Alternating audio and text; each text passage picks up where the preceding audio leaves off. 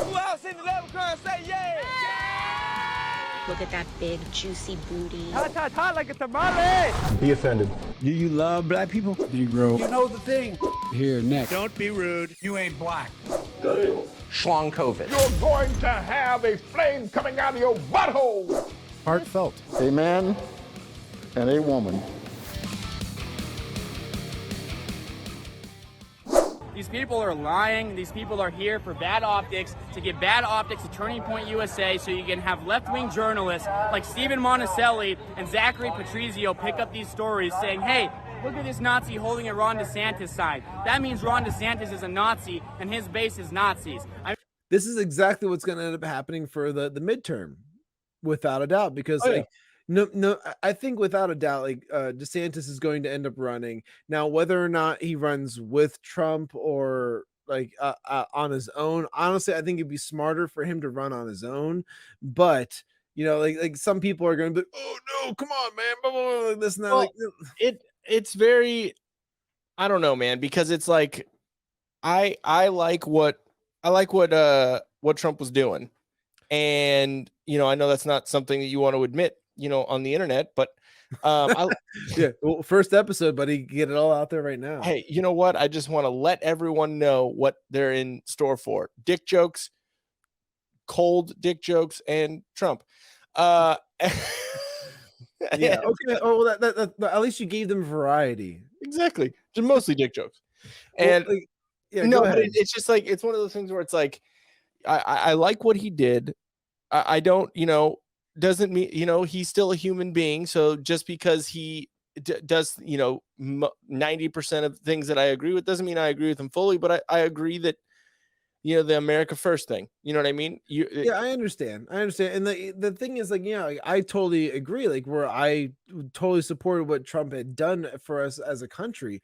And I felt like that was a huge, like, step forward with us, like, being energy independent, our economy. There were so many things that were so positive that happened out of that 4-year term, which was like really impressive.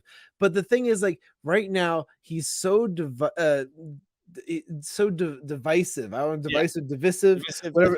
People pronounce it differently all over, but like, so like either way, he's divisive to me. And like, the thing is, like, so to me, like, that if he was to run, which I know he's already claiming to run, yeah, it's going to divide the right, and that's going to be the biggest. That's going to be our downfall. That's going to be the right's downfall right there. Because like, if he runs and DeSantis does not run as like his vice president or anything like that, his campaign buddy, whatever you want to call it, and that's what's going to end up causing the problem. Because like, if it's DeSantis, I'm going to go DeSantis over Trump. Yeah. And like, if they don't run together, that's the only other choice, you know, like, and then that means that the left is going to win. Like, there's going to be, without a doubt, a Democratic, you know, a president, whether it's Biden or it's going to be Michelle Obama or Kamala Harris or somebody who ends up running to replace Biden. Because even the left, the most sensible people on the left will still tell you, oh my God, Biden's terrible. Well, like, yeah, they'll lay it right out there anyway, because like, it's just common sense at this point. Like, the guy has like ran our economy into the ground. He's terrible with foreign affairs, and he's just a blunder at every like turn of like what's been happening. You know, like, and like, they could say the same thing when it came to Trump. They could say like, oh well, Trump did this and Trump did that. Yeah, you know what? The guy talked off the cuff and just said a lot of stupid shit, but at the same time, his policies were on point. Yeah, every single one of them. And the thing is that people can't really argue that, because facts hurt, unfortunately, when it comes down to that. But you know, like, so like, I don't know, that's the problem where we talk about like facts versus feelings and things like that. But like, you know, that's why I personally would prefer to have DeSantis in office, where you have somebody who like is more of a politician, is a little bit more refined, I think, even though he's kind of like spectrumy with like the things that he'll say to like the I think he's like Trump light. Interviewers. What's that? I think he's like Trump light. Like, sure, because I appreciate that. Yeah, he does have a very he does say shit straight to the press. Like, you know what I mean? He does say shit like, no, go fuck yourself. Like he does say it, but it's in a lighter way. I think my personal opinion, how to phrase it to get Yeah. people to understand what his point is without having to be abrupt or like too abrasive. Now, And like, I think, and but that's the what part, my- like, maybe we enjoy it. We enjoy the comedy that comes Yeah, along with like someone like completely. Trump. Yeah, like Trump's comedy, like his comedic timing and the way he handled the press, we love it because he's a little bit of a bully. He's a bit of like an asshole and whatnot because that's kind of who we are. But Yeah. at the same time, like, you know, that's not everybody, you know. So like, I therefore, mean, I think, you know, true. if we want to really have like somebody where it's going, everyone's going to get behind. I Yeah. think DeSantis is the right choice. Yeah. I mean, I would tend to agree with you on that. What I do think is that we are such a pussy fucking nation right now that we need Trump again. To be completely honest, because was he divisive? Yes, but was it his first time ever being a politician? Yes. So the learning curve, like that's like to me, it's like grading him on a curve because he's never had anything to like. Yes, he's had to deal, with making big deals and dealing with politicians before, and obviously. Okay, but then put him on the same scale of a learning curve when it comes to like, all right, his policies surpassed every single That's what I'm other saying. president. So like he did a fantastic job in that aspect, but when it came to speaking publicly, it's fucking a shit show. So like Dude, I'm even sorry. like I mean, I loved it. I loved every minute of it. I'm not gonna lie, but the fact is that like it still was a shit show because there was moments I'm like, oh my god, just shut the fuck up, just please stop talking. Okay, his policies aside, and a lot of the things that were said about him were completely either edited for narrative or or taken out of context, but his policies were amazing. But completely, Well, if you want to besides really that, talk about edited, if you really want to talk Oh, about yeah. edited, talk about the Jan 6 like hearing thing where they always show the clip of Trump giving the speech like outside the White House. Yeah. And they talk about him like, so we're gonna march down Pennsylvania Avenue. Everyone's cheering, and it's gonna be huge. It's gonna be perfect. Lots of great people, lots of people that I enjoy. know all being the around." greatest people. And he's going on about it. We're gonna go down there, and they love to just cut it off right before he says peacefully protest, right before he says Peacefully make peacefully our protest. voices heard. Because if you see the entire speech, he says immediately after, like, we're gonna go down Pennsylvania Avenue and we're gonna is a peacefully protest, but they cut that part off, and Liz Cheney just keeps on a little smirk on her face, like no one knows because nobody else actually watched the speech besides us. Well, yeah, we got him good, didn't we, everybody? My personal opinion is I think that the best thing that we can do right now is have DeSantis run as Trump's running mate. Have DeSantis run. The reason why is have him run as his VP, because then we got Trump for 4 years because he can only run for 4 years, and then DeSantis for 8. Then we got 12 years to try and reset what we got going, what we have as a country here. Mm-hmm.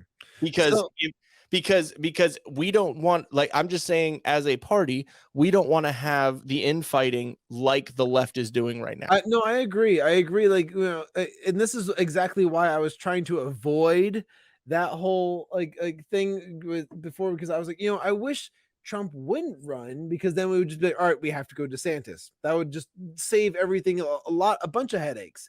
But like, if it had to be this way, then yeah, I'm absolutely gonna vote like Trump and DeSantis for 2024.